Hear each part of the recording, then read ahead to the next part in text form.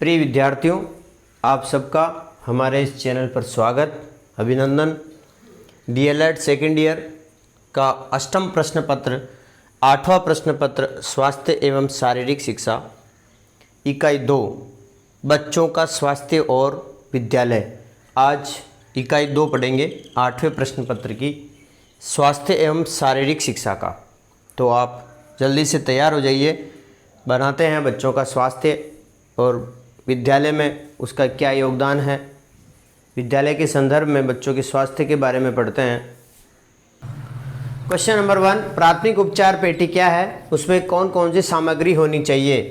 प्राथमिक उपचार पेटी के बारे में वैसे आपने 8वीं 9वीं 10वीं ये जो क्लासें हैं 6ठी 7वीं इसमें पढ़ा होगा। प्राथमिक उपचार पेटी वह पेटी होती है जिसमें चिकित्सा की कुछ ऐसी महत्वपूर्ण सामग्री होती है जो हमारे एकदम से यानी कि प्राथमिक उपचार में काम आती है।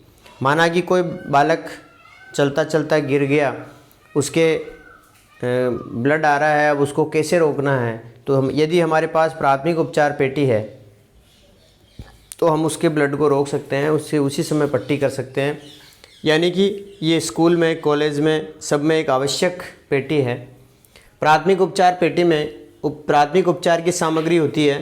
ये एक बॉक्स होता है, इसमें निम्न प्रकार की सामग्री मिलती है, जैसे विभिन्न आकारों की रोगाणु मुक्त चिपकने वाली पट्टियाँ इसमें होती है, दस्ताने होते हैं, चिमटी होती है, टेप होती है, सुई होती है, साफ कपड़े होते हैं, रुई होती है, एंटीसेप्टिक कुछ क्रीमें होती है, बैंडेड्स होती है, थर्मामीटर होते हैं, कैंची, टॉर्च, सेफ्टी पिंस और साबुन।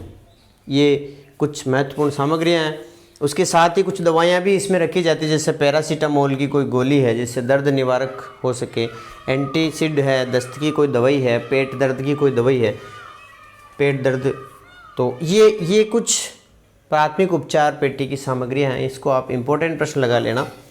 दूसरा प्रश्न आता है, मानसिक तनाव का अर्थ स्पष्ट कीजिए तथा तनाव पैदा करने के उत्तरदायी व्यक्तियों के बारे में थोड़ा बहुत समझा दीजिएगा।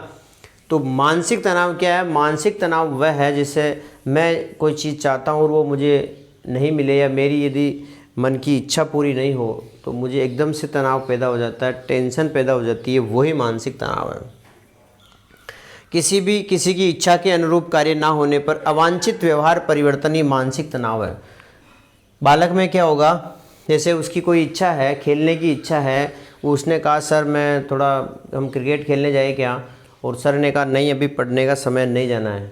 एकदम से उसके माइंड में थोड़ा सा तनाव आएगा कि सर ये क्यों नहीं भेजते हैं, फिर दूसरे दिन कहेगा, फिर मना कर देंगे। तो एक क्या होगा, अलग एक मानसिक व्यवहार में उसके परिवर्तन आ जाएगा, वही मानसिक तनाव है। अब देखते हैं इसमें जिम्मेदार कौन कौन है। शिक्षक व प्रशासन द्वारा भी तनाव होता है। शिक्षक यदि बालक को कठोर और पक्षपातपूर्ण व्यवहार करेगा तो बालक क्या करेगा, उसमें चिड़चिड़ा हो जाएगा, बालक का व्यवहार में परिवर्तन हो जाएगा और मानसिक टेंशन में बालक रहने लगेगा। प्रशासन भी, ये जैसे प्रशासन का मतलब जैसे किसी को छात्रवृत्ति का फॉर्म भरवाना है, छात्रवृत्ति के लिए आधार कार्ड चाहिए, जन आधार कार्ड चाहिए, बैंक की पासबुक चाहिए, राशन कार्ड चाहिए, ये चाहिए वो चाहिए। तो बालक का जब उसके घर वाले उसके तैयार नहीं रखते हैं, उसके दस्तावेज पूरे नहीं है और उसको बार बार घर भेजा जा रहा है, तो बालक क्या होगा, मानसिक तनाव में आ जाएगा। उसके बाद वो अवांछित उसका व्यवहार में कुछ परिवर्तन आ जाएगा। तो ये शिक्षक और प्रशासन की जिम्मेदारी है कि वो बालक का मानसिक संतुलन भी बनाए रखे और उसको कोई तनाव पैदा नहीं हो, इसीलिए कम से कम उसको थोड़ा सा अच्छा मोटिवेट करें। अब आता है सहपाठियों द्वारा, उसके जो क्लासमेट के स्टूडेंट हैं, उसके दोस्त हैं, उन सहपाठियों द्वारा भी ये मानसिक तनाव पैदा किया जाता है। जैसे सहपाठी लोग उसको बार बार किसी नाम से चिढ़ाते हैं। अपन देखते हैं बहुत से बच्चे किताब को फाड़ के चले जाते हैं, बहुत से बच्चे क्रोध करते हैं, बहुत से बच्चे चिड़चिड़े हो जाते हैं, घर से 3-3 दिन तक पढ़ने नहीं आते अपने सहपाठियों की वजह से। तो ये भी एक सहपाठियों के द्वारा भी मानसिक तनाव उत्पन्न किया जाता है। तो तीसरा प्रश्न आता है, कृत्रिम श्वसन की विधियाँ बताओ। कृत्रिम श्वसन कब दिया जाता है? जब बालक व्यक्ति कोई भी डूब जाता है तो उसको कृत्रिम श्वसन देने की कोशिश करते हैं। और भी अन्य हैं, लेकिन कम से कम डूबने में तो क्या होता है, जैसे रोगी को लेटाकर यदि हम सेफर, उसको विधि कहते हैं सेफर विधि, या ऐसा भी कह सकते हैं रोगी को लेटाकर जो विधि अपनाई जाती है उसको कृत्रिम श्वसन देने की, वो है शेफर विधि। नंबर 2 होता है मुख से मुख विधि, मुख से मुख में हवा डालना, है ना, मुख से मुख विधि। और तीसरी आता है सिल्वेस्टर विधि। ये 3 कृत्रिम श्वसन की विधियां हैं। ये इंपॉर्टेंट प्रश्न है। क्वेश्चन नंबर 4, सीपीआर टेस्ट क्या है? सीपीआर क्या है? सीपीआर का अर्थ समझाइए। सी का मतलब होता है कार्डियक, पी का मतलब पल्मोनरी और आर का मतलब रेसिटेशन। कार्डियक से मतलब है हृदय। जब हृदय की धड़कन बंद हो जाए, व्यक्ति की श्वास रुक जाए, तो जीवन बचाने के लिए जो उपाय किया जाता है उसे ही सीपीआर कहते हैं। अर्थात हृदय एवं फेफड़ों को पुनः क्रियाशील करना ही कार्डियक पल्मोनरी रेसिटेशन है। यानी कि जब व्यक्ति बेहोश हो जाता है, बेहोशी नहीं, उसकी हृदय की धड़कन बंद हो जाती है, ऐसी स्थिति में जो उपाय किए जाते हैं उसके हृदय को वापस हलचल पैदा करने के लिए, क्रियाशील पैदा करने के लिए जो कार्य किए जाते हैं वो होते हैं सीपीआर। सीपीआर में जो तकनीक है वो देखिए। नंबर 1, श्वास लेने का रास्ता। पहले अंगुली डाल के मुंह में ऐसी चीज़ देखी जाती है कि भाई कोई अंदर ऐसे श्वास नली में कोई चीज़ फंस तो नहीं रही जिससे उस व्यक्ति को श्वास लेने में तकलीफ आ रही, तो श्वास लेने के रास्ते को देखते हैं। फिर श्वसन क्रिया कराते हैं, जैसे मुख से मुख विधि, वो जो विधियाँ हैं ना, उस विधि को अपनाते हैं, श्वसन क्रिया देते हैं। और फिर रक्त परिसंचरण, उसके आजू बाजू को इस तरह से दबा के छाती को इस तरह से प्रेस किया जाता है रक्त परिसंचरण वापस चालू करने के लिए। तो ये सीपीआर है और इसका वर्णन है। 5वां आता है मोच व खिंचाव क्या है? वैसे आप इसको अच्छी तरह से जानते हैं। मोच स्प्रेन है, खिंचाव स्ट्रेन है। मोच में क्या होता है, जब हम किसी जगह गिर जाते हैं तो वहाँ जो चोट लगती है, मोच आ जाती है, जिससे अंग में सूजन आ जाती है। जब भी शरीर के किसी जोड़ पर उसकी क्षमता के कोण से अधिक दबाव पड़ जाता है तो उस भाग पर लिगामेंट में खिंचाव आ जाता है और कभी कभी ये कुछ संख्या में टूट भी जाता है, यही मोच कहलाता है। यानी कि किसी हमारी ये जो हमारे शरीर के जो अंग हैं उसमें जो लिगामेंट होते हैं उसके कुछ टूट जाना, कुछ संख्या में टूट जाना मोच कहलाता है। स्ट्रेन में क्या होता है, खिंचाव में क्या होता है, पेशी के कंडरा में घुमाव या ऐंठन आना ही खिंचाव है। ऐंठन आ जाती है ना पेशी के अंदर, तो वही खिंचाव कहलाता है, स्ट्रेन कहलाता है। तो इसके लक्षण क्या है, मोच व खिंचाव के?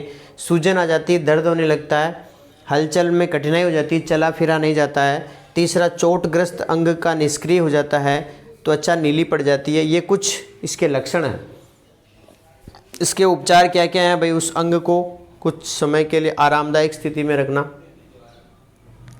दूसरा, ठंडा उपचार करना, 72 घंटे तक उसको बर्फ़ का सिकाव करना। ये कुछ चीज़ें हैं जो आपके, ये भी प्रश्न काफ़ी बार आया हुआ है। सीपीआर वाला इम्पोर्टेंट समझ लेना, मोच और खिंचाव वाला भी इम्पोर्टेंट है। क्वेश्चन नंबर 6, विद्यालय परिवेश में शिक्षक शिक्षार्थी संबंधों को समझाइए। विद्यालय परिवेश में बालक का सर्वांगीण विकास होता है। बालक का हर क्षेत्र का विकास विद्यालय में होता है, चाहे वो शारीरिक रूप से विकास हो, बालक का मानसिक रूप से विकास हो, तो उसमें विद्यालय परिवेश भी अपना एक महत्वपूर्ण योगदान देता है। हालांकि बालक सबसे ज़्यादा अपने घर पर रहता है, केवल 24 घंटे में से मात्र 6-7 घंटे 8 घंटे विद्यालय में रहता है। उसके अलावा सारा समय वो अपने घर पर देता है।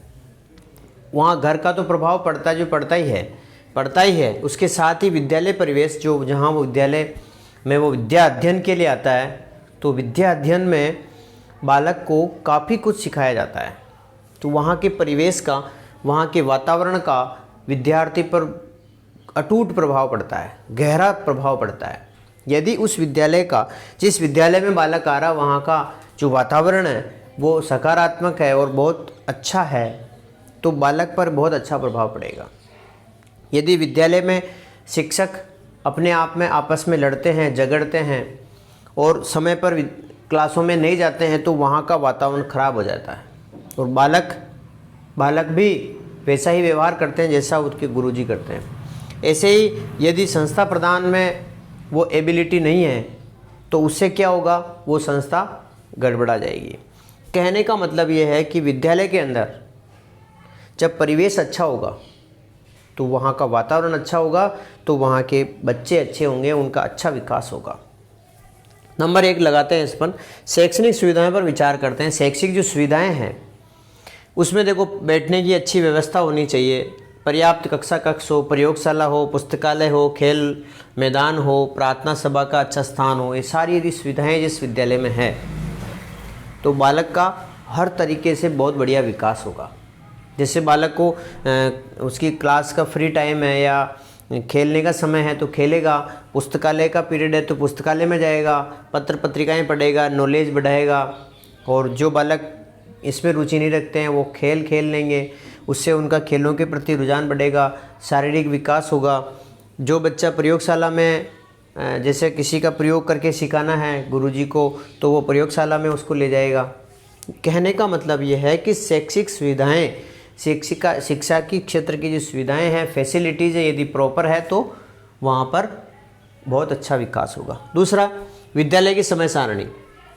विद्यालय की समय सारणी में यदि केवल पढ़ाई का ही मामला है तो फिर बच्चा थोड़ा सा ऊबने लगता है।